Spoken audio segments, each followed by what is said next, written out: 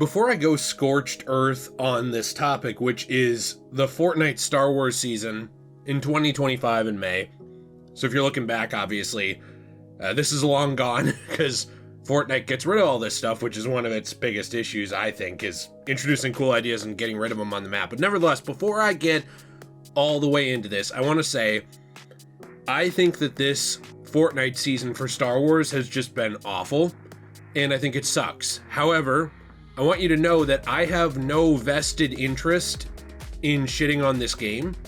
I have no vested interest in being negative about Fortnite.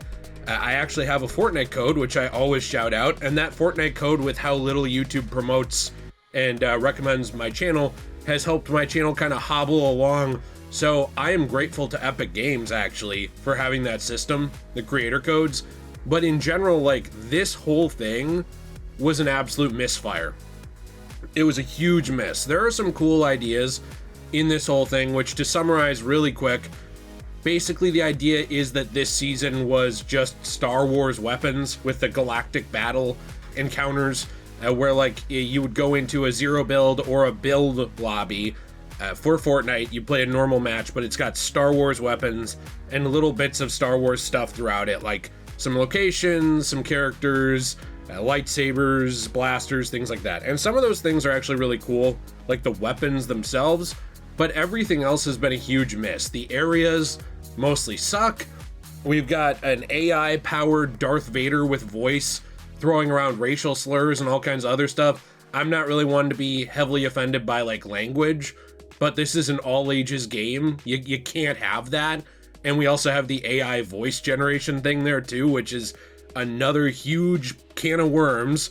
Definitely something that people are going to have their own opinions on. It's just been a mess. So I want to talk about this for a few minutes today. If you enjoy this video, you want to leave a like, subscribe, let me know what you think down in the comments down below. But I do have a question of the day for you, which is, what do you think was the best or worst season of Fortnite that you've played, or like the most interesting? To me, I started way back, like when it was, I think, called Primal. So it was a long time ago, a few years ago. But for me, I think my favorite overall has been the Doctor Doom Marvel season. Not for balance, but just because it was super cool and there was a ton of detail. Now here's the thing, I would never make this video if I wasn't, one, a huge fan of a lot of Star Wars, not all, but a lot, and two, didn't feel like there were other seasons that did such a great job introducing a theme, and three, didn't feel like the last few seasons that they tried to introduce any kind of theme weren't such a letdown. Like, I feel as if with like the Fallout Fortnite stuff, huge letdown. There was basically no areas, nothing. It was just a generic wastelandy season. You know, there was the Marvel season. They added a couple of locations. I thought those were really well done. There was a season with Avatar that I thought was really well done. But there were a couple others that are kind of in the middle that I thought were really, really meh. And then we got to this one where they were pushing Star Wars, and it was like, oh, cool. Like, this is a great idea, you know? Obviously, Disney bought a little bit into Epic Games. They have an interest in this. They're going to use it to push their stuff, but this could be super creative like the Marvel season. And you get to the actual locations, and they're just super generic. So there's about 3 of them that actually matter in any way. There is a resistance base. Well, yeah, so there's like a resistance base. There's a First Order base. And then the only other one that's really at all Star Wars-y, I guess, would be the Outpost Enclave. And then there's kind of a thing where they threw a Darth Vader samurai guy into a corner of the map, but it's not Star Wars themed at all. It's just, it's leftover from the more Japanese themed previous season, which I thought was fine. It was a fine season. It was okay. But in general, there's these 3 areas: Resistance Base, First Order Base, Outpost Enclave. Now, the Resistance Base, it's fine. I mean, in general, this base was pretty much always just a recreation of the Yavin 4 base from Star Wars A New Hope. Even in like episode 7 and stuff, it was cool. It just kind of felt like the same thing again. The First Order base, to me, that's it. There's really nothing special to that area at all. The only area that I actually like, and I would say I enjoy, is the Outpost Enclave, which to me just feels like a diet version of Mos Eisley from Tatooine, from like Star Wars Episode 4, you know, again. So one big problem with this season is that it's mostly just centered around the sequel trilogy. There is a little bit in here from the prequels, like you can get in the bonus rewards, you can get like some stuff for Darth Sidious from the prequels, and you can actually earn General Grievous. Those things I think are cool. I want to give them credit there. Those are fun things. I like those. But in general, when it comes to the Battle Pass, most of it is just the sequel trilogy, which I personally, think is the weakest era of in-canon Star Wars for me. So like, I'm already the least hyped for that era.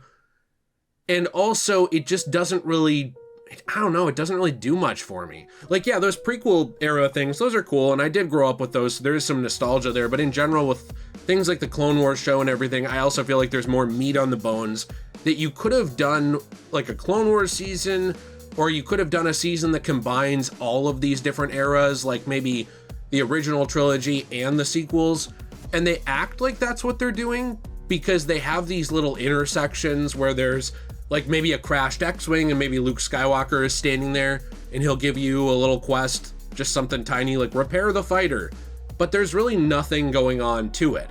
Now, also something I noticed with this is the lightsabers. I can't pinpoint what it is because I'm not a game balance expert. There have been lightsabers in previous seasons where there were Star Wars crossovers. I found that they were always more fun than they are here. I don't know what it is. If you play this game and in the comments you want to describe what it is, let me know. I'm not sure if it's just that they were so busted that now they suck. But for me, every time I pull one of these things out and I try to kill somebody, I feel like I just do a poor job of it. I don't know what it is. And in previous seasons, I was doing great with them. So I don't really know what balance change happened with the lightsabers. Something is different though that just makes them to me not satisfying to use. It could be a taste thing, but I have noticed that it affects like the performance of play for me. So I'm not really sure what that is. Again, I'm not an expert. You can let me know. I think one of the biggest things though that has been just a huge yikes in general was the AI Darth Vader. Now here's the thing, I think there is a case where AI voice acting in video games is okay. You know what it is? The world of Star Trek, where we live in a utopia. Now I know, I got some of you right there, you're already clicking the dislike button, you're like, AI, no, kill this man. But listen, here's the thing, if we all lived in a utopia where no one was going to lose their jobs, no one was being replaced, there was always more projects available, and people worked on art and, you know, had some kind of, I don't know, basic income or something, and humans weren't lazy. Like, let's just say we live in a utopia type society where AI voice acting isn't going to affect anybody negatively. I could see it happening. Okay, I could see it being a fine thing. But in general, like, AI voice acting is such a huge slippery slope. It's something that's been affecting Activision where allegedly, but it seems like it's proven to me, they've been like pushing voice artists out of things like Call of Duty Zombies and replacing them in a lot of cases with AI when they speak out.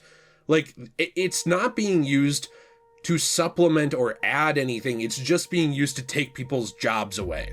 Now, just because James Earl Jones was an older man who, I'm not saying he was stupid, but probably didn't fully understand the ramifications of this technology and wanted the voice of Darth Vader to live on, just because he was okay with that and his family was okay with that, doesn't mean that AI voice acting is a good idea. I'm not saying him being in the game is immoral because his family and him signed off on it. I'm saying this idea is a piss poor idea, and especially to introduce it to your game with such an iconic character who was going around literally saying like slurs and stuff. Like, I don't even know how they had this happen. It was basically a big bug or something with the AI voicing. Now, in general, again, is this something that to me is like ultra offensive? Like, I saw a slur and I dropped to the ground? No. And I think for most people, it's not either. Like, I think the internet, they have this idea, even with stuff like the N-word, it's like, you're being a dick, but they have this idea that like, if somebody says it, they like automatically like make the person they're saying it to like have a heart attack and crumble to the ground and their ears bleed and they start crying. It's like, no, but this is a game for all ages. This is not a game for just adults. It's not a game for just children. This is a game that kind of brings people together, and anybody can play Fortnite. I know there's the only babies play it memes. People can feel that way. I couldn't care less. But in general, it's a game that anyone can play. So when you have a game that anyone can play and an iconic character from movies that are also accessible to people of all ages, Darth Vader, and it's a character that is owned now by Disney, this is a really bad idea to introduce this concept. Even if we were getting rid of the slippery slope of AI voice acting, why are you introducing it with Darth Vader, one of the most iconic villains of all time, who is now recorded officially saying all this stuff with the voice of passed away, deceased, no longer with us, voice acting and acting legend, James Earl Jones. So yes, he signed off, but you're now making his voice say things that I highly doubt he would have ever signed off on Vader to say. And that's in the Star Wars Fortnite season. The whole thing has been a miss. The only thing I think that has been good about this season was like the blaster tech. Like being able to go around, use blasters, things like that. It's fun. That idea is really cool, but can you imagine if they had done a map mixing the eras, like maybe in one corner or 1/3 of it, you had the Clone Wars with like Geonosis and maybe Felucia and maybe Coruscant, and maybe in another, you had Jakku with like the sequel trilogy, and maybe you had Crate or something like that, and then maybe for the original trilogy you had Tatooine and Endor and Hoth or something like that, and you have all these different things going on, and you would really redesign the map. You could have made this a permanent mode for Star Wars fans, and you would have made a ton of money. You would have had a ton of people be happy. You would have made basically Star Wars Battlefront Battle Royale. You could have done that here. And instead, it's like the laziest, sloppiest, thrown together season I have seen in a long time when it comes to any kind of theme.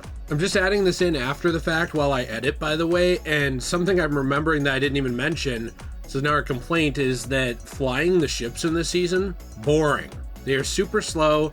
They're only quick if you use a boost feature. It doesn't feel at all like flying these ships. It just feels like you're, I don't know, like moving at basically a snail's pace. And then if you compare that going all the way back to even something like the UFO season from years ago, when you were able to fly a UFO, like a flying saucer and shoot down, that was more fun. Flying the generic Fortnite brand flying saucers. That was more fun and interesting than flying a TIE fighter or an X-Wing. How do you mess that up? How many games have done that right? It's insane to me because this game usually does these things pretty well. I don't get what happened here. This whole thing is a miss. It's a mess, and I don't get how they signed off on this. Let me know what you think in the comments down below. I am interested in your thoughts. I think this could have been one of the best seasons of Fortnite of all time, and I genuinely believe it could have become a full mode that could have been permanent, actually, and could have raked in money and all kinds of stuff. Again, Fortnite code DJAY123 if you do want to buy something. I appreciate it very much. But here's the thing.